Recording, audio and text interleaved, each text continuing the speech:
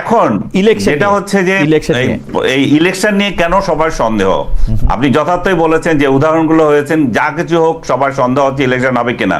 আজকে একটা রাজনৈতিক দল এই ম্যানিফেস্টো ঘোষণা করার, ম্যানিফেস্টো না এটা কি বলবো, এই যে শিডিউল ঘোষণা করার ক্ষেত্রে আপত্তি জানিয়েছে। এখন তাতেও মানুষ সন্দেহ করছে যে ডক্টর ইউনূস কি তাহলে নির্বাচন পিছিয়ে দিয়ে আবার 5 বছর থাকার প্ল্যান করছে কিনা। এই ধরনের আশঙ্কার দুইটা কারণ আছে। প্রথমত হচ্ছে এটা একটা ইনক্লুসিভ ইলেকশন হচ্ছে না। ইনক্লুসিভ ইলেকশনের কথা যখনই আমি বলি তখন মনে করে যে অনেকের গা জ্বালাপালা করে। ভাই বাস্তবতাটা হচ্ছে যে ইনক্লুসিভ ইলেকশন হচ্ছে না, একটা রাজনৈতিক দলকে বাদ দিয়ে কিংবা ওই রাজনৈতিক দলের জোট সমর্থক যারা ছিল, জোটে যারা ছিল তাদেরকে বাদ দিয়ে একটা ইলেকশন হচ্ছে। এখন যেহেতু ওদেরকে বাদ দিয়ে একটা ইলেকশন হচ্ছে, সাধারণ মানুষের মধ্যে একটা ভাবনা আছে যে এই ইলেকশন কতদিন টিকবে, ইলেকশন হতে পারে কিনা, আমেরিকা এখানে হস্তক্ষেপ করবে, ভারত এখানে হস্তক্ষেপ করবে, দোহাতে এটা মিটিং হচ্ছে, এই জাতীয় একটা জল্পনা কল্পনা মানুষের মধ্যে থাকে। সেই একটা এই জায়গায় কি একটা ছোট প্রশ্ন করতে পারি? আপনি বলছেন একটা রাজনৈতিক দলকে বাদ দেওয়া হয়েছে, আমি যদি ধরে নিই রাজনৈতিক দলটার নাম আওয়ামী লীগ, সেই আওয়ামী লীগ কি একবারও বলছে ওরা এই নির্বাচন করতে চায়? আওয়ামী লীগ কি এইটা কোর্টে, আওয়ামী লীগ কি কোর্টে এটা ট্রাই করছে? আমি বলছি যে কোর্টে এটা ট্রাই করছে কি চায় নাকি? তারা বিভিন্ন সময় বলেছে না, তারা বলছে যে এই সরকার পরিবর্তন করে তারা তত্ত্বাবধায়ক সরকার আমলে নির্বাচন চায়, ইউনূস সরকারের অধীনে নির্বাচন করতে তারা চায় না। কিন্তু কথা হচ্ছে যে আমরা কেন সুযোগ দিচ্ছি না? আমাদের কথা হচ্ছে শেখ হাসিনার আমলে যে সমস্ত নির্বাচনগুলো হয়েছিল সেগুলো কলঙ্কিত ছিল। কেন? তারা নিজেরা নির্বাচন করেছে, রাতের ভোট করেছে, তারা মানুষ স্যাটিসফাইড হয় নাই তাদের ভোটে।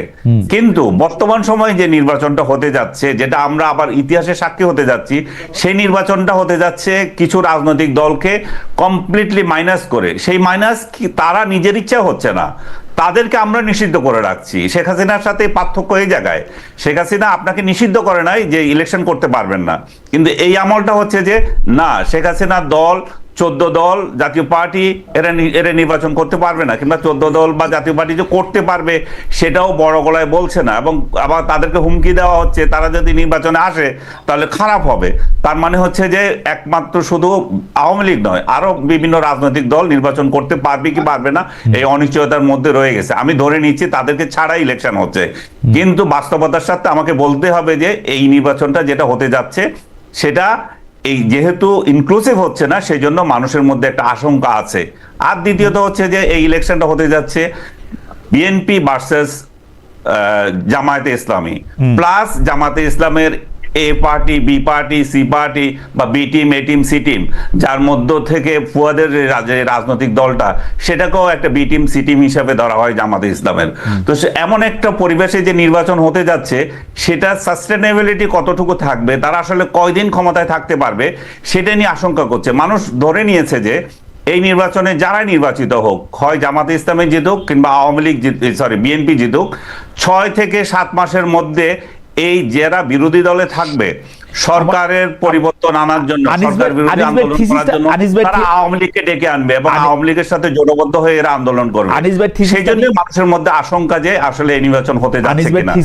আপনি যেটা বললেন, আপনি যেমন একটা মিনিট আমি শেষ করে দিচ্ছি, আপনি যেমন চিন্তা করেন না যে নির্বাচন হচ্ছে না, আমারও মনে হচ্ছে যে নির্বাচন হতে যাচ্ছে এবং ডক্টর ইউনূস এই নির্বাচন করেই বিদায় নেবেন, এবং এটা কোনো সন্দেহ নাই যে ফেব্রুয়ারিতে নির্বাচন হতে যাচ্ছে। আপনি শেষ করেন না, আপনি খালি একটু সময় দেন। আপনার থিসিসটা নিয়ে আমি একটু ব্যারিস্টার ফুয়াদের পয়েন্ট একটু শুনি, কারণ ব্যারিস্টার ফুয়াদের পয়েন্ট মানে প্রশ্নে আমি একটু পরে যাই। ব্যারিস্টার ফুয়াদ, ইলেকশন ইনক্লুসিভ হচ্ছে না কারণ আওয়ামী লীগ বা জাতীয় পার্টি সহ অন্যান্য অনেকগুলি দলকে ইচ্ছা করে ইলেকশনে বাইরে রাখার একটা চেষ্টা করা হচ্ছে, তাদেরকে অপশন দেওয়া হচ্ছে না। এই জন্য লোকের মনে একটা আশঙ্কা আছে যে এই ইলেকশনটা হয়তো ইনক্লুসিভ হবে না। আপনি আনিস ভাইকে শুনেছেন এই ব্যাপারে, আপনি যদি একটু ছোট্ট করে বলেন, আমরা আনিস ভাইকে আবার একটু শুনে আপনার কাছে আসবো, একটু যদি 1-2 মিনিটে বলেন এটা এই থিসিসটার সাথে আপনি একমত পোষণ করেন কিনা। দেখেন, ইনক্লুসিভ ইলেকশন বলতে বোঝায় না যে একটা ফ্যাসিস্ট অর্গানাইজেশন যাকে গণ অভ্যুত্থানের মধ্য দিয়ে পতন করানো হয়েছে তাকে নির্বাচনে অংশগ্রহণ করতে দেয়া। মানে 73 সালের নির্বাচনে কেন মুসলিম লীগ অংশগ্রহণ করে নাই, মানে এইটা তো একটা ভ্যালিড কোশ্চেন হইতে পারে না। তখন যাদের বিরুদ্ধে যুদ্ধ হইল, যাদের বিরুদ্ধে গণঅভ্যুত্থান হয়েছে, তাকে অংশগ্রহণ করতে দেয়াটার মধ্য দিয়ে কোনো ইনক্লুশন থাকে না। দ্বিতীয়ত দেখেন যে আপনার পিলখানা গণহত্যা কমিশনের রিপোর্ট আসছে গত কদিন আগে। সেখানে পরিষ্কার করে বলা হয়েছে যে আওয়ামী লীগ দল আকারে দিল্লির সাথে কলিউশন করে এই পিলখানায় গণহত্যাটা ঘটাইছে। বর্তমানে আওয়ামী লীগের দল আকারে আইসিটিতে বিচার চলছে। আপনি মানবাধিকার কমিশনের জাতিসংঘের যদি রিপোর্ট দেখেন, সেখানে তাদের 6 সপ্তাহের আমলনামার কথা আসছে। বাংলাদেশের স্বাধীনতা, সার্বভৌমত্ব, জাতীয় স্বার্থ, মর্যাদা ক্ষুণ্ণ করবার জন্য হেন কোনো কাজ নাই যা এই দলটা করে নাই। রাজনৈতিক দলের যদি ডেফিনেশনে দেখেন যে 1991-এ কেন হোয়াইট পার্টিকে ইলেকশন করতে দেয়া হয় নাই, এটা কিন্তু তখন তর্ক ছিল না। 1945-এর অনওয়ার্স নির্বাচনে জার্মানিতে নাৎসিদেরকে কেন ইলেকশন করতে দেয়া হয়নি, অথবা ইতালিতে আমার মনে হয় যে বেরিসা ফুয়াদ, আমি আপনাকে না, যে প্রশ্ন হইতে পারে না জায়গা থেকে আমি আপনাকে কয়েকটা প্রশ্ন করি। গণ অভ্যুত্থানের কথা আপনি বলেছেন, গণ অভ্যুত্থানের মধ্যে আওয়ামী লীগ আউস্টেড হয়েছে। গণ অভ্যুত্থানের মধ্যে কখনো আমি এইটা দেখি নাই যে আওয়ামী লীগকে রাজনীতি করতে দেওয়া হবে না, এটা গণ অভ্যুত্থানের দাবি ছিল। আপনি বলেছেন যে দল আকারে দিল্লির সাথে মিলে বিডিআর হত্যাকাণ্ড করা হয়েছে, সেটা বিচারাধীন বিষয়, সেটার ব্যাপারে এখনো কোনো রায় আসে নাই। দল কোনো অন্যায় করতে পারে কিনা সেটা সারা জীবনের প্রশ্ন। আপনি বলেছেন যে 6 সপ্তাহের আওয়ামী লীগের আমলনামা, আমি বলবো যে তখন আওয়ামী লীগের হয়ে যারা সরকার পরিচালনা করেছেন তাদের দায় এটা। দল একটা ব্যক্তি না, দল একটা কোনো জান্তব গোষ্ঠী না। 1945-এ আপনি যে ফেসিস্ট হিটলারের কথা বলেছেন, হিটলার কিন্তু ঘোষণা দিয়ে জাতিগত নিধন কর্ম চালু করেছিলেন সারা ইয়েতে। শেখ হাসিনা এবং সরকার কিন্তু এখনো অস্বীকার করেন যে তারা এটা করেন নাই, ওই সময় তারা এই ঘোষণা দেন নাই যে আমরা এদেরকে মাইরা ফেলবো। হাওয়েভার এই প্রশ্নগুলি কিন্তু উঠতেছে। আমরা দল হিসাবে আওয়ামী লীগকে কি আসলে ভয় পাইতেছি যে ওই ইলেকশনে আসলে আমরা কম ভোট পাবো, আওয়ামী লীগ আবার ক্ষমতা নিয়ে যাবে, ব্যাপারটা কি এরকম? এই জন্য আমরা ওকে ইলেকশনে আসতে অপশন দিচ্ছি না? না, এটা নির্বাচনের প্রশ্ন না। এটা প্রশ্ন হচ্ছে যে আপনার গণ অভ্যুত্থান পরবর্তী যে বাংলাদেশ বিনির্মাণের আলোচনা আসছে, নিউ পলিটিক্যাল সেটেলমেন্ট, সেই নিউ পলিটিক্যাল সেটেলমেন্টে আওয়ামী লীগের এক্সিস্টেন্স থাকতে পারে না। কারণ নতুন বাংলাদেশ বিনির্মাণের যে আকাঙ্ক্ষার কথা আসছে, সেটা অ্যাবসলিউটলি তার অস্তিত্বের বাইরে থেকে বিনির্মাণের প্রশ্ন আলোচনা হতে হবে। কারণ এইটা আমাদের সার্বভৌমত্বের কোশ্চেন, যে গত 16-17 বছর যারা মুক্তিযুদ্ধের আকাঙ্ক্ষা থেকে শুরু করে বাংলাদেশের সংবিধান, আমাদের রাজনীতি এবং গণতান্ত্রিক মূল্যবোধের যে ন্যূনতম জায়গাগুলো, তার প্রত্যেকটা জিনিস ধ্বংস করে দিয়েছে। তো যে বাংলাদেশের নির্বাচন ব্যবস্থা ধ্বংস করে দিয়েছে, যে বাংলাদেশের গণতন্ত্র ধ্বংস করে দিয়েছে, যে বাংলাদেশের সাংবিধানিক কাঠামো ধ্বংস করে দিয়েছে, তাকে সেই সংবিধান মোতাবেক তার অধিকারকে স্বীকৃতি দিয়ে ইনক্লুড করবার জায়গাটা কোথায় আসে? সে তো পলিটিক্যাল পার্টির ডেফিনেশনে পড়ে না, তাকে তো একটা পলিটিক্যাল পার্টি আকারে ডেফিনেশনে আসতে হবে। না, সেই ডেফিনেশনটা তারপরে দেখেন এই আলোচনাটা কখন আসতে পারে। সেই ডেফিনেশনটা তো বেরিসা ফুয়াদ আপনি ঠিক করে দিবেন না, সেটা কোর্ট বলে দেখ আওয়ামী লীগ একটা পলিটিক্যাল পার্টির ডেফিনেশনের মধ্যে পড়ে না, আওয়ামী লীগ একটা নিষিদ্ধ দল। না, সেটা তো আমরা এই জন্য তো আমরা তার আগ পর্যন্ত আপনি এটা কি করে বলেন? ব্যক্তির দায় আপনি দলকে কি করে দেন? আসলে এটা আপনি পারেন কিনা একজন জুরিস্ট হিসেবে আপনি এটা বলেন? পারি। কারণ হচ্ছে যে পারি এই কারণে যে আপনি যদি এটা একটা বিচ্ছিন্ন কিছু লোক এটা করে থাকে, যেমন ধরেন আপনি আওয়ামী লীগকে চাঁদাবাজের দল আকারে স্বীকৃতি দেবে কিনা, এইটা আপনি দিতে পারবেন না। কারণ আওয়ামী লীগের লোকজন চাঁদাবাজি করছে, কিন্তু পুরো দল কাঠামো আওয়ামী লীগের ধরে ধরে চাঁদাবাজি করছে, এইটার সাফিসিয়েন্ট প্রমাণ দেয়া যাবে না। কিন্তু আপনি গণহত্যার সাথে জড়িত, গত 16 বছরে গুম খুনের সাথে জড়িত, তার এই পুরো কাঠামো, তার দলের নেতৃবৃন্দ রাষ্ট্র কাঠামোকে ব্যবহার করে কিভাবে কাজগুলো করেছে, এইটা গুম কমিশনের রিপোর্টে উঠে আসছে, এটা পিলখানা গণহত্যার কমিশনের রিপোর্টে উঠে আসছে, এটা আইসিটির যে শুনানি হয়েছে শুনানিতে উঠে আসছে, যে পুরো কাঠামো কিভাবে জড়িত এটার সাথে। ইভেন আপনার দেখেন এই যে শুট অন সাইট, আপনি আইসিটি ওয়েল আমার কাছে মনে হয় যে আপনি যেগুলি কথা বললেন সেখানে হচ্ছে দল হিসাবেও দায় দেয়া যায়, সে ব্যাপারে জনাব আনিস আলমগীর আপনি থেকে আপনি শেষ করে দিই। গণভবনের সর্বশেষ যে 14 দলীয় মিটিং হয়েছে, যেই মিটিং এর মধ্য দিয়ে আপনার মিলিটারি ডিপ্লয় করা হলো, কারফিউর মতো করে সিচুয়েশন জারি করা হলো, মোবাইল শাটডাউন করা হলো, shoot on site policy declare করা হলো, এটা কি? এটা জেনোসাইড না? এটা একটা এক্সটারমিনেশনের মতো করে আপনি আমাকে যদি ডেভিলস অ্যাডভোকেট হওয়ার পারমিশন দেন, তাহলে আপনাকে কিন্তু তখন বলতে হবে তখন পোশাকে থাকা লোকজন মারা যাচ্ছিল, কিন্তু পোশাকে থাকা লোকজন যখন মারা যায় আপনার সরকার আপনি যখন রাষ্ট্রপ্রধান হবেন, আপনি যখন সরকার প্রধান হবেন, তখন আপনি পোশাককে কিন্তু আপনি প্রোটেক্ট করতে চাইবেন। কিন্তু আপনি আমার এই বক্তব্য অনেক অজনপ্রিয় হইতে পারে, কিন্তু আমার তো কিছু বলার নাই। আপনি যখন পোশাককে, আপনি দেখেন পোশাকধারী কতজন মারা গেছেন। আমি র্যাবের ডিজিকে ইন্টারভিউ করতে গিয়ে জানলাম 47 জনকে উনি কবরস্থ করেছেন, পোশাকধারী পুলিশ, যাদের গ্লাসও কেউ নিতেছিল না। ঠিক না? সেটা তো একটা অন্য সিচুয়েশন। আপনি সেই সিচুয়েশন, আর সেই সিচুয়েশনকে আপনি একজন জুরিস্ট হিসেবে, আপনি একটা বলেন যে এইটাকে আপনি গণহত্যার আপনি সংজ্ঞা দিতে পারেন, ইটস আপ টু ইউ। কিন্তু ঘটনা হইতেছে যে এর জন্য আপনি দল ইলেকশন করতে পারবা না, এইটার মধ্যে যাইতে পারবা না, এটা আপনি আসলে বলতে পারেন? হ্যাঁ পারি তো, কারণ দলটা তো এই পুরো কাঠামো তো এটার সাথে ইনভলভ হয়ে গেছে। 14 দল মিলে তো এই মিটিংটা করেছে। অতএব এটা তো শুধু হাসিনা একা করে নাই, রাষ্ট্র কাঠামোকে ব্যবহার করে। গণভবনের সর্বশেষ মিটিং তো 14 দল আকারে সিদ্ধান্ত নিয়েছে তারা মিলিটারি কারফিউ ডিক্লেয়ার করবে, তারা shoot on site policy enforce করবে, এবং তারা সেটা না, সেটা তারা এনফোর্স করতে পারে নাই। তো আপনার মনে থাকবে শুট অন সাইট কোনো পলিসি ছিল না, তার সেনাপ্রধানই বলছে তারা কাউকে গুলি করবে না। 1400 মানুষ তাহলে কেমনে খুন হইলো? 1400 মানুষের খুনের ব্যাপারটাও কিন্তু মানে আমার খুবই আফসোস যে আমি এই পক্ষ থেকে কথা বলতেছি। 1400 মানুষ খুনের যে কথা বলছে সেটার মধ্যে কিন্তু এটা অগাস্ট 14 তারিখ পর্যন্ত আপনি দেখেন, ওইটাও আমাদের খেয়াল করতে হবে। কিন্তু সুতরাং এত সহজে আপনি 1400 বলে ফেলেন না, কারণ হচ্ছে যে অগাস্টের 14 তারিখ পর্যন্ত কিন্তু ঘটনা। হ্যাঁ, এটা আমাদের ব্যাখ্যা আছে তো ভাই, যে মানুষটা গুলিবিদ্ধ হয়েছে 5 তারিখ পর্যন্ত, কিন্তু হাসপাতালে কাতরায় মারা গেছে 14 তারিখ। না, এটা হাসপাতালের মৃত্যুর কেস না ভাই, আপনি আবার দেখেন, হাসপাতালের মৃত্যুর কেস না, পুরনো আহতর কেস না এটা। হাউএভার, আমি একটু জনাব আনিস আলমগীরের কাছে আসি। জনাব আনিস আলমগীর, আপনার কাছ থেকে যাই হোক, আপনাকে বলার আগে আমি একটু বলে নিই। একজন কামাল হোসেন, উনি বলছেন পার্সোনালি আপনাকে অনেক পছন্দ করি বা ভালোবাসি খালেদ ভাই, কিন্তু আমার মনে হয় আপনার কথা এবং আচরণে মনে হয় উপস্থাপনা আপনি পার্সিয়ালিটি করেন। ওকে, সরি ভাই, আমি একটু হানিস ভাই আপনার কাছে আসি। ব্যারিস্টার ফুয়াদ যেটা বলতেছেন যে আসলে তো শেখ হাসিনা একজন ব্যক্তি মাত্র নন, একটি দলকে প্রতিনিধিত্ব করতেন, এবং আওয়ামী লীগের কোনো লোককে আমরা কিন্তু শেখ হাসিনার এই যে, আমি খালি জুলাই আগস্ট বলবো না, 15 বছর ধরে উনি যে দুঃশাসন চালিয়েছেন, আওয়ামী লীগের কোনো লোক আওয়ামী লীগের থেকে এটি বলেছেন, আওয়ামী লীগের কোনো কাউন্সিলে বলেছেন, অন্য কোনো সময় বলেছেন বা বলার চেষ্টা করেছেন, সেইটা পর্যন্ত তো আমরা দেখি নাই আসলে। তাহলে সেই ক্ষেত্রে সেই দলটা এটার জন্য কেন সাফার করবে না? সেটার জন্য শুধু ব্যক্তি কেন আমরা আওয়ামী লীগকে আরো বেয়ার করতে হবে? আমরা কেন এই আওয়ামী লীগকে বহন করে বেড়াবো? এটা কারণটা কি আসলে? ওকে, এই ক্ষেত্রে আমি বলি যে ফুয়াদ যে যুক্তি দেখাচ্ছে, যে সেই যুক্তি তাহলে আমার রাষ্ট্রে সমভাবে প্রয়োগ হতে হবে।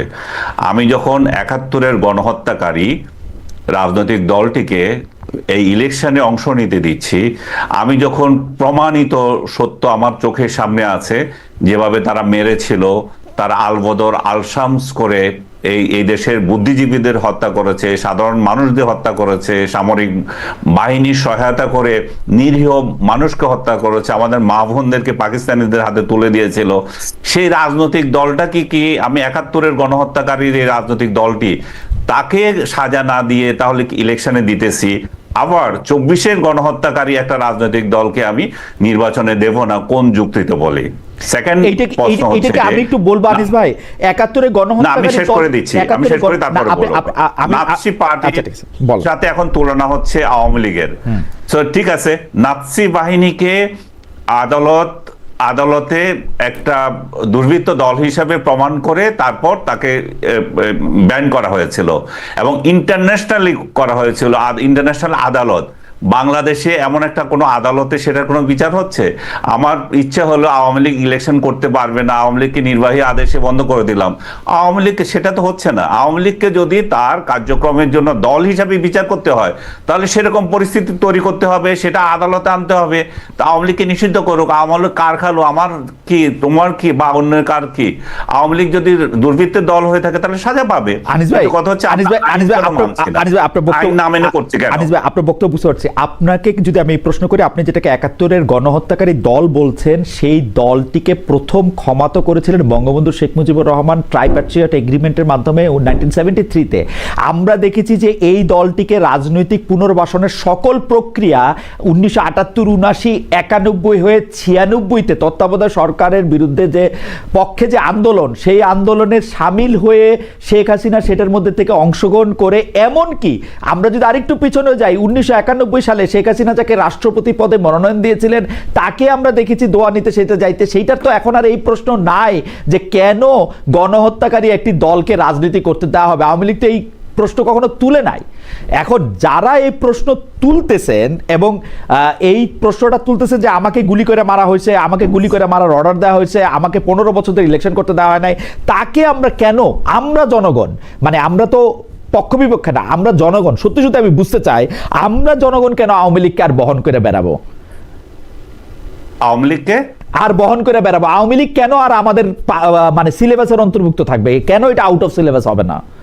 হতে পারে আওয়ামী লীগ কেন আমাদের সিলেবাসে অন্তর্ভুক্ত থাকবে না, সেটা মানুষ ডিসিশন নেবে। আওয়ামী লীগের নেতা কর্মী আছে যারা, তারা ডিসিশন নেবে। আওয়ামী লীগের যারা ওয়েল উইশার আছে তারা কিভাবে আওয়ামী লীগকে ডিল করবে তাদের ব্যাপার। কিন্তু অ্যাজ এ ইন্ডিভিজুয়াল আমি যখন দুইটা রাজনৈতিক দলকে যখন আমার সামনে আনা হবে, আমি আমার দৃষ্টিতে বলবো, এখন শেখ হাসিনা তাকে মাফ করে দিল, শেখ হাসিনা ওই দলের সাথে আন্দোলন করলো, শেখ হাসিনার দলের কেউ যায় ওই প্রেসিডেন্ট প্রার্থীর পা ছুঁয়ে আসলো, এগুলো আমার কি এসে যায়? আমি তো আওয়ামী লীগের কেউ না, বা আওয়ামী লীগকে ধারণ করার জন্য এখানে বসে কথা বলি না। যদি অন্যায় করে থাকে, অন্যায় করে থাকে, সেই অন্যায়কে আমি সাপোর্ট করব কেন? আমি কি তাকে গ্যারান্টি, আমি কি তাকে ওই ম্যান্ডেট দিয়েছি তোমার যা ইচ্ছা তা করবে? আমি তাকে যেমন ম্যান্ডেট দিই নাই, তেমনি গণহত্যাকারী ৭১-এর গণহত্যাকারী দলগুলোকে আমি ম্যান্ডেট দিচ্ছি না। এটা আমার ব্যক্তিগত অভিমত। রাইট, আমি একদম পরিষ্কার, জনাব আনিস আলমগীর তার একটি ন্যায়সঙ্গত জায়গা থেকে, উনার ম্যান্ডেটের জায়গা থেকে এটা উনি বলতেছেন, উনার বক্তব্য একদম পরিষ্কার এবং আমিও বুঝতে পেরেছি। আমি জনাব ব্যারিস্টার ফুয়াদ, আপনার কাছে আমি একটু আসতে চাই অরিজিনাল প্রশ্নটা নিয়ে, যে আপনারা আসলে একটু পপুলিস্ট রাজনীতি করতেছেন কিনা, যে রাজনীতিটার মধ্যে হচ্ছে যেদিকে বেশি সংখ্যক জনগণ থাকতেছে সেদিকে থাকা, এবং যখন যেখানে সুবিধা সেখানে থাকা, এবং আপনাদের রাজনীতিতে পপুলিস্ট ভাবটাই বেশি, এবং যে কয়জন রাজনীতি অনেক বেশি টকশো করছিও, করতে চাইও, কিন্তু মুশকিল হইল কি, at the end of the day আমরা হঠাৎ আবিষ্কার করি সকল কিছুই হচ্ছে রাজনৈতিক ইচ্ছা বা সদিচ্ছার উপর ডিপেন্ড করে, পলিটিক্যাল উইল। আপনি পলিটিক্যাল উইল ছাড়া যেসব সরকার আছে তারাও একসময় রাজনীতিবিদ হয়ে ওঠে। আপনি দেখবেন এই সরকারেরও যিনি পরিবেশ উপদেষ্টা আছেন, যিনি পরিবেশের একজন চ্যাম্পিয়ন, বাংলাদেশে না সারা পৃথিবীতে, তাকে পর্যন্ত বলতে হয় সবগুলি দল মিলে ভাগাভাগি করে পাথরটা নিয়ে চলে গেছে। এই দেশের রাজনীতি ছাড়া বা রাজনৈতিক জায়গা ছাড়া আপনি কোথাও সিদ্ধান্ত নিতে পারবেন না। আপনি কেউ কথাই তো বলে না, কেউ তো কথাই বলে না। কিন্তু বলতেছি যে এটা স্পেস নাই, মানে ধরেন আমি যে আমার পলিটিক্সটা যেটা আমি আসলে করতে চাই, আপনি যেহেতু পশ্চিমে থাকেন আপনি এটা ভালো বুঝবেন, আমি লম্বা সময় ওখানে ছিলাম, আমি এই পলিসি বেস পলিটিক্সটা ভালো বুঝি, এই মেরিট বেস পলিটিক্সটা আসলে আমি করতে চাই, এই তর্কটা, কিন্তু কোনো প্ল্যাটফর্ম নাই দেশে, কোনো গণমাধ্যম, কোনো 2-4টা সিভিল সোসাইটি ছাড়া এই ইস্যু বেস পলিটিক্সের কোনো স্পেস নাই। কোথাও এই তর্কটাকে আমরা আনতে পারতেছি না। আমরা কথা বললে এগুলো ভিউ হয় না, শেয়ার হয় না, মানুষ এনগেজ হয় না। আপনার আমি একটু সমালোচনা করি, কারণ আপনি আমার খুব প্রিয় লোকদের সমালোচনা করাটা ফরজে আইন, সেই জন্য আমি করতেছি। সেইটা হচ্ছে যে ফুয়াদ, আপনি এত সুন্দর বলেন, আপনার গলার আওয়াজ এত ভালো, কিন্তু আপনার কাছেও কি মনে হয় না আপনি এই পলিসি বেজ, মেরিট বেজ তর্কগুলি উত্থাপন না করে 71, 72, 73 কোন সময় কাকে গালি দিতে হবে, কোন সময় কাকে সোয়াই দিতে হবে, ফুটবল খেলা কেন 10 জন নিয়ে খেলে, 5 জন নিয়ে খেলে না কেন, ইত্যাকার, মানে এগুলো আমি মনেও রাখতে চাই না আপনার এই কথাগুলি, এগুলি আপনি বলেন এবং এগুলিতে আপনি জনপ্রিয় হন, এগুলি আপনি অনেক জোর দিয়েও বলেন। এর কারণ কি আসলে? আপনিও তো ওদিকে যাইতে চান না। না, মানে এটা হলো যে আপনার শক্তিটা তো আপনি ব্যবহার করেন না, আপনার শক্তিটা তো আপনি ব্যবহার করেন না। এই যে দেখেন, আপনার সত্ত্বেও তো আমি এখন গণজাগরণ মঞ্চ নিয়ে কথা বললাম, 71 নিয়ে কথা বললাম, মানে এটা আমার কাছে এগুলো খুবই আননেসেসারি আর কি। মানে আমার বর্তমান 20 কোটি মানুষের প্রতিদিনকার ইস্যুর সাথে এইটার কোনো দুই আনার কোনো লাভ হবে না। আমি আপনি সারাদিন যদি তর্ক করি এগুলোকে নিয়ে, এই তর্ক তো এই জাতি করেছে। অ্যাবসলিউটলি। এখন প্রশ্ন হচ্ছে যে আমাদেরকে তো এঙ্গেজ করে ফেলতেছে, টকশোতে আমাকে যখন পুশ করতেছে, আমাকে যখন সিভিল সোসাইটি, আমাকে প্রেস, বিভিন্ন ইভেন্টে যখন যাই, আমাদেরকে পুশ করা হয় যে এই বিষয়টা কি বিষয়, মতামত দেন, আমাকে তো কেউ জিজ্ঞেস করে না যে আমি স্বাস্থ্যসেবা নিয়ে কি ভাবছি, আমি আনএমপ্লয়মেন্ট নিয়ে কি ভাবছি, আমি এআই জেনারেটেড এমপ্লয়মেন্ট অথবা আইটি জেনারেটেড এমপ্লয়মেন্ট নিয়ে আমি কি ভাবতেছি, এই টপিকগুলো খাচ্ছে না। তারপরে দেখবেন, এটা আমি দাবি করতে পারি খালিদ ভাই, বাংলাদেশের পলিটিক্সে আমার থেকে বেশি সিঙ্গেল পলিটিশিয়ান হিসেবে ন্যাশনাল এত ডাইভার্স ইস্যু অন্য কেউ ডিল করে নাই, অন্য কেউ কথা বলে নাই। ওকে, আপনি দেখবেন আমি শুধুমাত্র ইস্যু নিয়ে কথা বলেছি। আপনি নিশ্চয়ই এটা জারি রাখবেন ব্যারিস্টার ফুয়াদ। আমি একটু আনিস আলমগীর ভাইয়ের কাছে একটু আসি। আনিস আলমগীর ভাই, জিনিসটা হইল সাংবাদিকদের হওয়ার কথা হচ্ছে আয়না, সাংবাদিকরা এই পক্ষ দেখাবে ওই পক্ষ দেখাবে। আনিস ভাই, আমার মনে আছে আপনি আমার আগে সাংবাদিকতা যেহেতু শুরু করছেন, আমি আপনাকে যেহেতু ফলো করি, আমরা কিন্তু বিএনপি, আওয়ামী লীগ, জামায়াত, জাতীয় পার্টি সব পক্ষের লোকজনরেই মুখের উপরে অনেক সমালোচনা করছি, খাতার উপরে অনেক বেশি কিছু লিখছি একটা সময় পর্যন্ত, কিন্তু আমাদেরকে উল্টা আক্রমণের শিকার কখনো হইতে হয় নাই। এই যে আক্রমণের শিকার হইতে হয়েছে, এইটার আসলে একটা ব্যাকগ্রাউন্ডও আছে। ব্যারিস্টার ফুয়াদের কিছুটা বলছে, আমিও কিছুটা বলতে চাই যে এইটার জন্য আমরা নিজেরাও অনেকখানি দায়ী। 2টা প্রেস ক্লাব করা, 2টা অমুক করা, 2টা তমুক করা, একদম দলাদলের মধ্যে যাওয়া। একটা দলের মহাসচিব বলতেছে যে সাংবাদিকরা নিজেরা লাভ দিয়া একটা রাজনৈতিক দলের পকেটে ঢুকতেছে। আমাদের ওখানে একটা সাংবাদিক নাই যে তারাই কইতে পারে যে আপনি আপনার কথা ফিরিয়ে নেন, আপনার কথা ঠিক না, আমি কারো পকেটে যাই না। এটা কিরকম অবস্থা তৈরি হইতেছে আনিস ভাই? মানে একটা দলের মহাসচিব, সে যত বড় দলেরই মহাসচিব হোক, সে দলের ওইখানে দাঁড়ায় বলতেছে সব রাজনৈতিক টপ করে অন্য রাজনৈতিক দলের পকেটে ঢুকে গেলে আমাদের আর কিছু বলার নাই। উনাকেই আমি আবার বলতে শুনতাছি সাংবাদিকরা যে কই লইয়া যাইতে চান দেশটারে, এটা আল্লাহ ছাড়া আর কেউ যেতে চায় না। অন্যান্য লোকের কথা আমি বলতে বাদই দিলাম। মানে আমরা বটদের বা যারা আমাদেরকে সোশ্যাল মিডিয়াতে সমালোচনা করে তাদের কথা বলে লাভ কি? পলিটিশিয়ানরাই আমাদের এই চোখে দেখে যেন আমরা কোনো একটা ব্যাংক, আমরা উনাদের পকেটে লাভ দিয়ে এরকম করে ঢুকতেছি এবং আমরা এটা প্রতিবাদও করি না। এইটা আনিস ভাই, এটা আপনি কেমনে ব্যাখ্যা করবেন? মানে এটা কিরকম হইতেছে জিনিসটা? এর জন্য আমি শুধু আমাদের সাংবাদিকদের দায়ী করব না, আমি মনে করি যে এর জন্য রাজনীতিবিদরাই দায়ী। যিনি বলেছেন, উনি নিজে কতটা সৎ এই ক্ষেত্রে, এই নীতির ক্ষেত্রে। আমি যখন ওনার দলকে সমালোচনা করি, আপনি যখন ওনার দলকে সমালোচনা করছেন, তখন আমাদের ব্যাকগ্রাউন্ড চেক করাতে উনি লাগিয়ে দেন কিছু লোককে, যে এই লোক আমাদেরকে সমালোচনা করছে, কোন পার্টি করে। হ্যাঁ, আবার আরেক দিক থেকে উনি সৎ সাংবাদিকদের ওয়েলকাম করেছেন এবং নিরপেক্ষ সাংবাদিকদের ওয়েলকাম করেছেন। সেই নজির উনি কি রেখেছেন? উনি তো নজির রেখেছেন তার দল যারা করে, তার দলের গোলামি যারা করে, আমি গোলামি শব্দটাই বলবো, তার দলের ঝান্ডা যারা তুলে ধরে। আনিস ভাই, গোলাম এমনি আপনার প্রিয় শব্দ, আপনি অনেকেই গোলাম বলেন। মানে এইটা আমার একটু আপনার ব্যাপারে, এটা আপনার ব্যাপারে আমার একটু কিঞ্চিত আপত্তি, মানে বড় ভাইয়ের কাছে ছোট ভাইয়ের এটা কিঞ্চিত আপত্তি। ঠিক আছে, আমাকে কথাটা বলতে দেন। জি বলেন। তো যেটা হচ্ছে, উনি তো ওই লোকদেরকেই পছন্দ করেন যারা উনার দলের তবলা বাজাবেন, এবং ওই লোকদেরকে তো উনি পাশে বসিয়ে অনুষ্ঠান করেন। এবং ইউনিয়ন যেটা বলছেন, সাংবাদিক ইউনিয়ন, সেটাকে 2 ভাগ হয়ে আছে। উনি তো কখনো বলেন না যে সাংবাদিক ভাইরা আপনারা কেন 2 ভাগ হয়ে আছেন, আপনারা কেন দলীয় লেজুর ভিত্তি করেন, আপনারা কেন শেখ হাসিনার দল করবেন, খালেদা জিয়ার দল করবেন, বা আওয়ামী লীগ করবেন, বিএনপি করবেন, জামাত করবেন। আপনারা তো আপনাদের পেশাগত দায়িত্ব পালন করবেন, আপনারা তো সত্যকে সত্য বলবেন, মিথ্যাকে মিথ্যা বলবেন। কিন্তু আমরা যেটা দেখছি, উনি দলীয় লোকদেরকে, দলকানা লোকদেরকে পাশে বসিয়ে দাওয়াত দিয়ে কথা বলেন এবং তাদেরকে বিভিন্ন পোস্টে দেন, বিভিন্ন জায়গায় পদায়ন করেন এবং তাদেরকে 5 আগস্টের পরে বিভিন্ন টেলিভিশনের বড় বড় পোস্টে বসান। তো তাহলে সেটা যদি হয়, ওই সাংবাদিকরা যদি দেখে যে আরে এ তো সাংবাদিকতা করার থেকে দেখি দলীয় লেজুর ভিত্তি করা অনেক লাভবান, তো তাহলে সে ওই দলে যাবে না কেন? তার তো সাংবাদিকতার আর ইচ্ছা থাকবে না। এই জায়গা থেকে আমি মনে করি যে সাংবাদিকতা যেমন দলীয়করণ হয়ে গেছে, নির্লজ্জ দালালি যেটা হয়েছে, আপনি যেটা বলতে চাচ্ছিলেন, আমরা কি সেটা দেখি নাই? সেই শেখ হাসিনার আমলে আমরা কি দেখি নাই যে আপনি নিজেও গিয়েছেন, আপনি কোশ্চেন করার জন্য আপনাকে বলা হয়েছে যে আপনি এটার শিকার হয়েছেন, আপনাকে পরবর্তীতে দাওয়াত দেওয়া হয় নাই। আমাকে কোশ্চেন করার জন্য পরবর্তীতে কোনোদিন কোশ্চেন করতে দেওয়া হয় না। আমি কতবার দৃষ্টি আকর্ষণ করেছি, আমাকে আর কোশ্চেন করতে দেওয়া হয়নি। যখন আমি রামপালের বিদ্যুৎ নিয়ে প্রশ্ন করলাম যে আমরা ইনভেস্ট করছি, তারা ইনভেস্ট করছে, জায়গাটা বাংলাদেশের, তাহলে বাংলাদেশ। আমার এখানে মাঝখানে প্রশ্ন আছে, আমি বলি, আমরা সাংবাদিকরা আলাদা আলাদা দলে ভাগ হব, কে সভাপতি কে সাধারণ সম্পাদক সেটা হওয়ার জন্য, এইটা বুঝি মির্জা ফখরুল ইসলাম আলমগীর এবং শেখ হাসিনা আইসা আমাদেরকে মিলাই দিবে? এটা বুঝি খালেদা জিয়ার দায়িত্ব, এটা খালেদা জিয়া এটা করবে?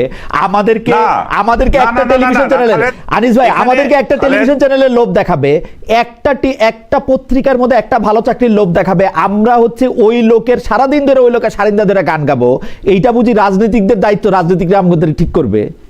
না, রাজনীতিকরা এটাকে নিরুৎসাহিত করতে হবে, তারা এটাকে উৎসাহিত করছে। রাজনীতিবিদরা কেন নিরুৎসাহিত করবে? আনিস ভাই, শেখ হাসিনা যে সমস্ত লোকজন তার ফেভারে কোশ্চেন করতো তাদেরকে রেখেছেন। খালেদকে তো দ্বিতীয় দিন কেন ডাকেন নাই তাহলে, উনি যদি সেটা চাইতেন? এটা তো পৃথিবীতে কোথাও হয়? ডোনাল্ড ট্রাম্প একটা বিপক্ষের লোকরে ডাকে, এই যে আপনি হোয়াইট হাউসে, এটা পৃথিবীর কোথাও ডাকে বিপক্ষের লোকরে? ডাকে, হোয়াইট হাউসে ডেকেছে, হোয়াইট হাউসে সিএনএন কে উনি নিষিদ্ধ করছেন, কিন্তু সিএনএন এর লোক তো গিয়েছে, সিএনএন কে তো নিষিদ্ধ করতে পারে নাই, অপমান করে বাইর করে দেয়। আচ্ছা যাই হোক, এখন সারা ওয়ার্ল্ডে ওরকম হয়ে গেছে। কিন্তু আমি যেটা বলতে চাচ্ছি সেটা হচ্ছে আমরা রাজনীতিবিদদের কাছে আমাদের অবস্থান সেই পর্যায়ে নিয়ে গিয়েছি, এবং শেখ হাসিনার যে প্রেস কনফারেন্স সেটা ছিল একটা উৎকৃষ্ট উদাহরণ। কিন্তু দুর্ভাগ্য হচ্ছে যে খালেদ, আরেকটা জিনিস সেটা হচ্ছে ডক্টর ইউনূস কখনো প্রেস কনফারেন্স করেন নাই। উনি যদি প্রেস কনফারেন্স করতেন আপনি দেখতেন কি হারে তেল মারা হয় সেখানে। হ্যাঁ, that's also true. Doctor Mohammad Yunus হ্যাঁ, এখন যে বড় বড় কথা বলছে যে শেখ হাসিনা দালালি করছে, কি প্রকার দালালি সেটা দেখতেন। এবং তারেক রহমান যখন ক্ষমতায় যাবেন কিংবা আমির জামাত যখন ক্ষমতায় যাবেন তখন আপনি দেখবেন পায়ে কিভাবে তেল মারা হচ্ছে। এবং এই লোকগুলোই যারা বলছে যে এইসব কথা বলেন কেন, তারাই তাদেরকে আবার সামনে নিবেন, এবং যারা কঠিন কোশ্চেন করবেন, যারা প্রশ্ন তুলবেন, যারা ক্ষমতাকে কোশ্চেন করেন তাদেরকে ডাকবেন না, ওদেরকে ডাকবেন এবং ওদেরকে বড় বড় পোস্টে দেবেন, বড় বড় মিডিয়া দেবেন। ঠিকই আছে, তাহলে তো আমরা একটা ঝুড়িতে করে বিক্রি হওয়ার জন্য বসে আছি। তা আমাদেরকে কেউ কিনবে, কেউ ফেলে দিবে, কেউ বাকিরা অন্যদিকে যাবে। আমাদের তো তাহলে ঠিকই আছে। মির্জা ফখরুল ইসলাম আলমগীরের কথা, আমরা সবাই নয়, কেউ কেউ, মির্জা ফখরুল ইসলাম মানে বেশিরভাগ লোক যদি হয় তাহলে আর আমরা সবাই আর বাদ থাকলাম কোথায় আনিস ভাই? এখন হয়তো যদি হাতে গোনা কইতে হয়, হয়তো আপনাদের 2-3 জনের নামই বলতে হবে যে যারা না আর কি, নাইলে তো সবারই একই অবস্থা অলমোস্ট। তো এইটাতে আর ওরা কি বলবে? যাই হোক, আমি পরবর্তী প্রসঙ্গে যাই। তার আগে একটু দর্শকদের কাছে জানতে চেয়েছিলাম যে বাংলাদেশে কারো নিরাপত্তার কোনো শঙ্কা নাই দাবি করছেন স্বরাষ্ট্র উপদেষ্টা মোহাম্মদ জাহাঙ্গীর আলম চৌধুরী। প্রিয় দর্শক, এই মন্তব্য সঠিক বলে মনে করেন কিনা? শতকরা 52% মনে করছেন এটি সঠিক, শতকরা 48% মনে করছেন এটি সঠিক না। আমি প্রশ্নটি ব্যারিস্টার ফুয়াদকে দিয়ে শুরু করতে চাই এবং আনিস ভাইয়ের একটু মন্তব্য শুনতে চাই। ব্যারিস্টার ফুয়াদের মন্তব্য শেষ হলে ব্যারিস্টার ফুয়াদ, আপনার কাছে কি মনে হয় জনাব তারেক রহমান দেশে ফেরার ক্ষেত্রে আসলেই কোনো নিরাপত্তার ঝুঁকি রয়েছে কিনা, যেটা আসলে তিনি একক সিদ্ধান্তর ব্যাপার নয় বলেও যেটি বলছেন, সেটি দিয়ে আসলে তিনি কাকে বুঝাচ্ছেন? আমরা এখানে যদি একটু কি বলে মাল্টিপল চয়েস কোশ্চেন রাখি, তারেক রহমানের জীবনের শঙ্কা রয়েছে এ সামরিক বাহিনীর মধ্যে থেকে, বি কোনো গুপ্তঘাতকের পক্ষ থেকে, সি ভারতের পক্ষ থেকে, ডি হচ্ছে তার নিজের দলের অন্তর্ঘাতের পক্ষ থেকে। আপনার কাছে কোনটি মনে হয়? অথবা এর কোনোটিও যদি না মনে হয় তাহলে আপনার উত্তরটি কি হবে সেটি যদি আমাদের একটু বলেন। আপনার বলা শেষ হলে একই প্রশ্ন আমি আনিস ভাইকেও একটু শুনতে চাইব।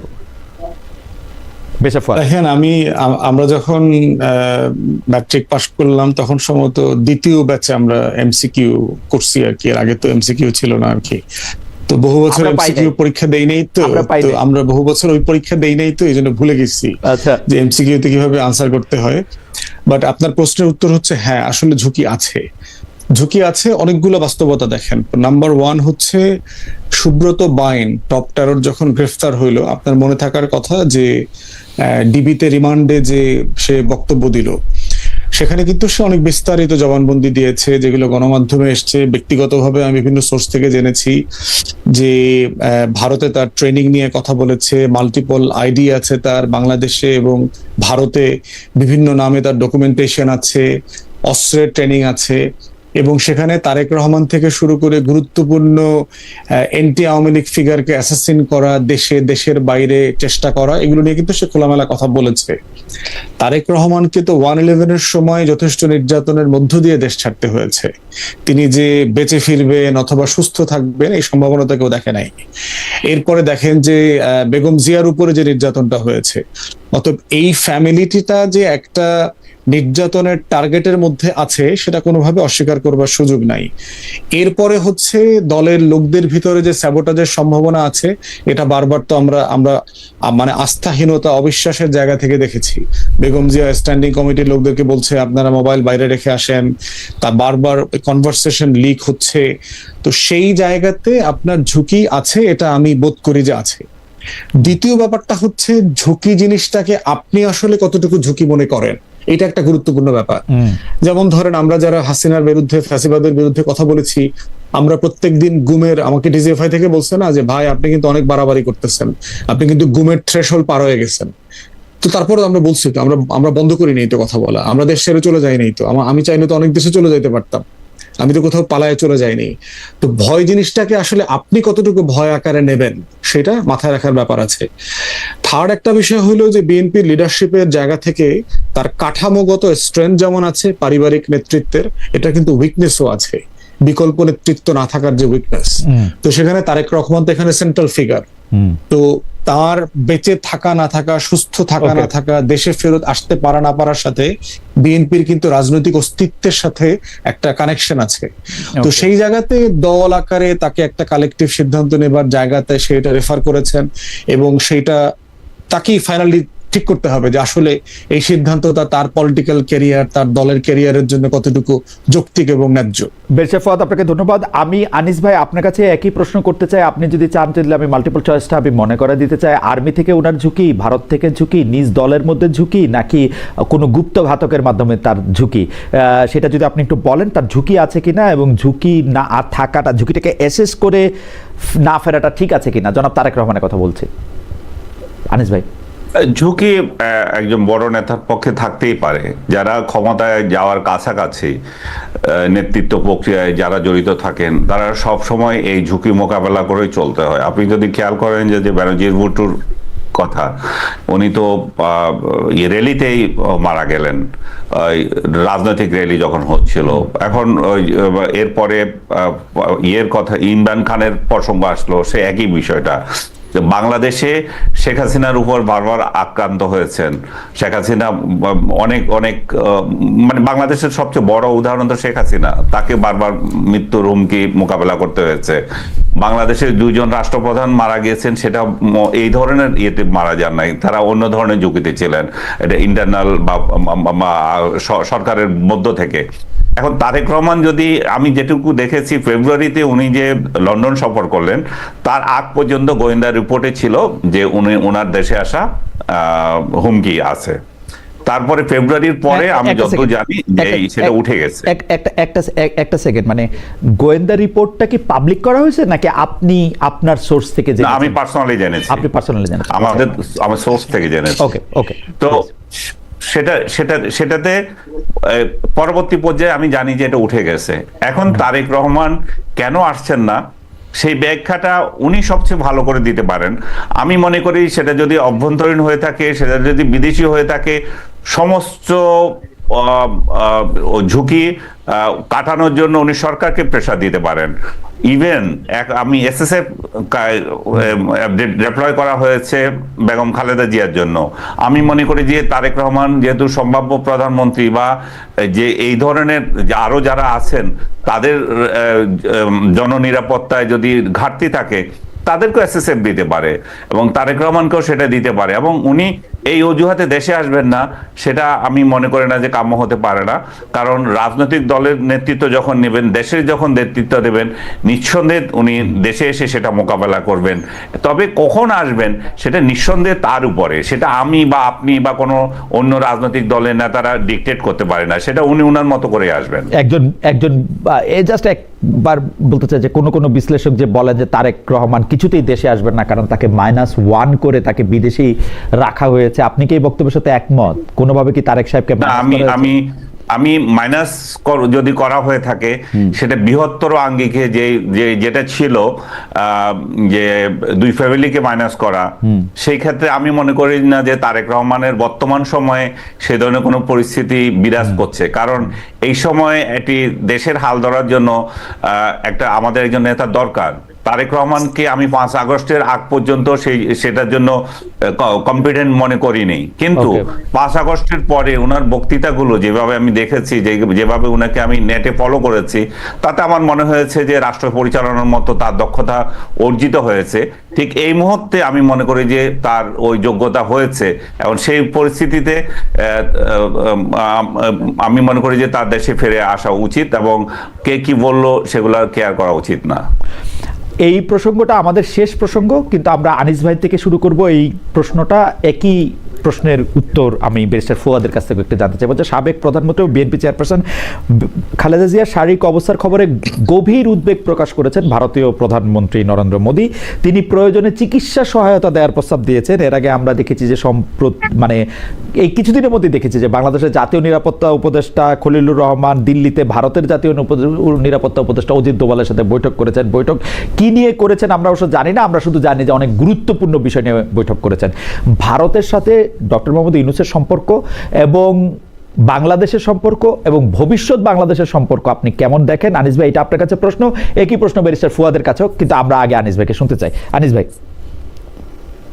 আমি এটা মনে করি যে খুব সৌহার্দ্যপূর্ণ বিষয় যখন একটা প্রতিবেশী রাষ্ট্রের একজন সাবেক প্রধান এবং সম্ভাব্য দল যেটি ক্ষমতায় যাবে, যার সাথে তাদের ডিল করতে হবে অদূর ভবিষ্যতে হয়তো, তো সেই দলের একজন নেত্রী যখন দুঃসময়, তখন এই আহ্বান জানানোটা সাধারণ সৌজন্যতার মধ্যে পড়ে। একই ধরনের আহ্বান পাকিস্তানের তরফ থেকে আসে নাই, কিন্তু তারাও শুভকামনা করেছেন, ওনার রোগমুক্তি কামনা করেছেন। ভারতের প্রধানমন্ত্রী যে স্টেটমেন্ট দিলেন সেটা নিয়ে আবার রাজনৈতিক মহলে অনেক স্পেকুলেশন শুরু হয়েছে। আমি আজকে দেখলাম যে টাইমস অফ ইন্ডিয়ার একটা রিপোর্টে দেখলাম, সেখানে বাংলাদেশের হাই কমিশনার যিনি দিল্লিতে নিয়োজিত আছেন, তার একটা বক্তব্যকে খুব ফলাও করে প্রচার করা হচ্ছে। বলা হচ্ছে যে এই যে 5 আগস্টের পর থেকে ভারত বাংলাদেশের যে সম্পর্ক স্টাক হয়েছিল একটা পয়েন্টে, যেটা আওয়ামী লীগ বা শেখ হাসিনার প্রশ্নে, ভারত এখন সেই অবস্থানে নাই।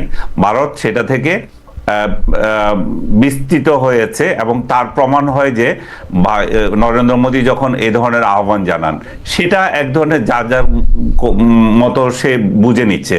কিন্তু বাংলাদেশের রাষ্ট্রদূতকে উদ্ধৃত করে যখন এই ধরনের কথা বলা হয়, তখন আমার তো মনে হয় যে ভালোই, আমরা একটা পয়েন্টে, আওয়ামী লীগ পয়েন্টে ভারত বাংলাদেশের সম্পর্ক কেন আবদ্ধ হয়ে থাকবে এবং সেটা কেন ফ্লারিশ করবে না? কারণ আমরা এই দুই দেশ জনগণ একে অন্যের উপর অনেকভাবে আমরা নির্ভরশীল। আমাদের ব্যবসা বাণিজ্য অনেক কিছু পরস্পরের প্রতি আমরা নির্ভরশীলতা দেখাই।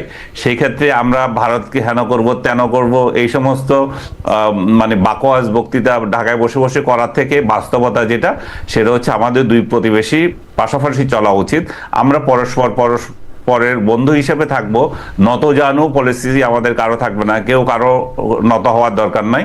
এবং আগামীতে যারা সরকারে আসবে তাদের প্রতিও ভারত যাতে উদার দৃষ্টিতে রাখে, সেটাই আমিও কামনা করব, এবং আমার মনে হয় যে সেই কামনা সমগ্র বাংলাদেশিদেরই থাকা উচিত। আনিস ভাই, আপনাকে ধন্যবাদ। ব্যারিস্টার ফুয়াদ, আপনার কাছে একটু এই প্রসঙ্গেই একটু জানতে চাইবো।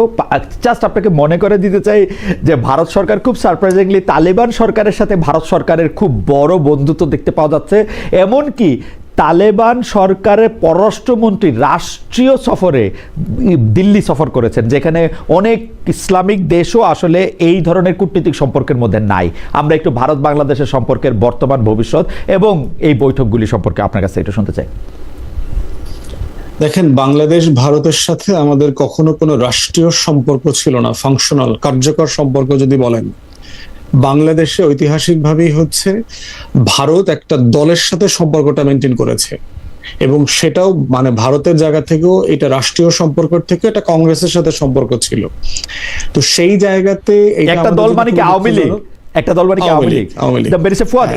এইটা কি আসলে ঐতিহাসিকভাবে ঠিক? কারণ আমরা দেখেছি বিএনপি সরকার কিন্তু ভারতে বিবিআন আর গ্যাস পুরোটা দিয়ে দিতে চাইছিল, সবকিছু কার্যকর। মানে আপনি যদি আমার 53 বছরের জায়গা থেকে মানে রাফলি ধরেন আর কি,